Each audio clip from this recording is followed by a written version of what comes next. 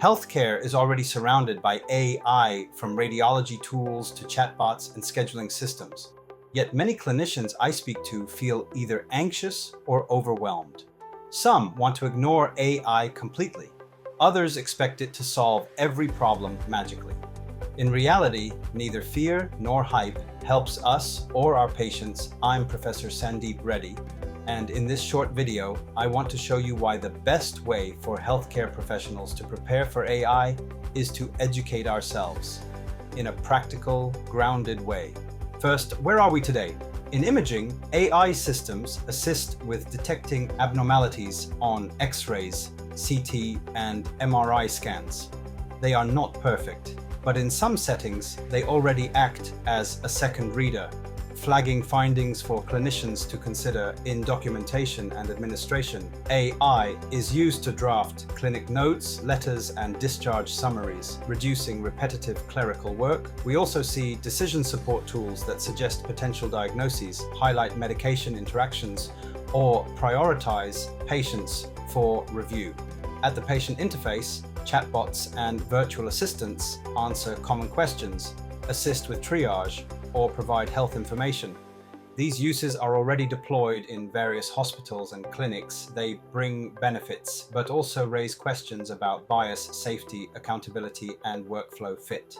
Looking ahead, AI will not simply be a set of isolated tools. It is likely to become more integrated into entire care pathways. We can expect models that combine imaging, lab results, clinical notes, and sensor data to provide richer risk predictions and earlier warnings. We may see AI helping tailor treatment plans to individual patients, predicting who will benefit most from certain interventions.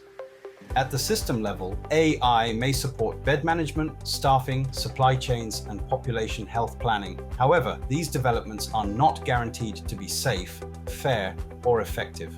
Their impact will depend heavily on whether the people who use them, clinicians and health leaders, understand their strengths, limitations, and appropriate use. This is why education is the most crucial preparation. Not a 4-year degree in computer science, but targeted literacy for healthcare professionals. I see 4 key pillars. First, foundational concepts. Clinicians need to understand at a basic level what AI and machine learning actually do. What is training data? What is a model? Why does performance on one dataset not guarantee performance in all settings? And why do terms like accuracy or AUC not tell the whole story? Second, clinical use and limitations. We should be able to examine an AI tool and ask, what problem is it intended to solve? Which population was it trained on? How does it handle uncertainty? What can go wrong in my context? For example, with different patient demographics or resource constraints. This mindset protects against both blind trust and blanket rejection.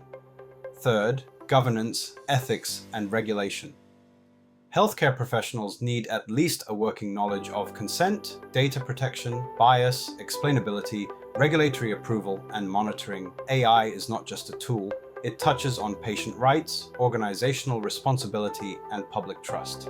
Understanding basic governance frameworks helps clinicians participate in policy discussions and not leave these decisions only to vendors. Fourth, practical engagement. Education should translate into action. This involves being involved in AI pilot projects, contributing clinical insights to design and evaluation, and helping shape local protocols. It also means learning how to interpret AI outputs alongside clinical judgment rather than replacing it.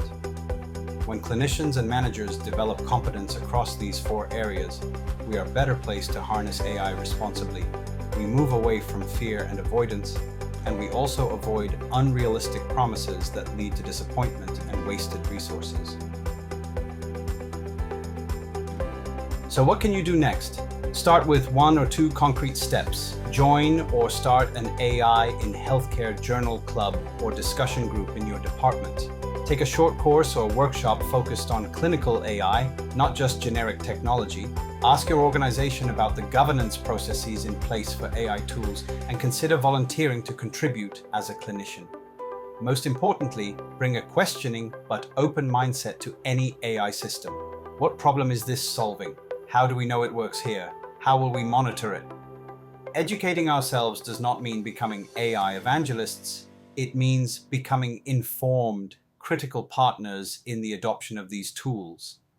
If healthcare professionals take ownership of AI education, we can steer its use towards safe, equitable, and meaningful improvements in care, rather than letting fear or hype drive the agenda. Thank you for watching.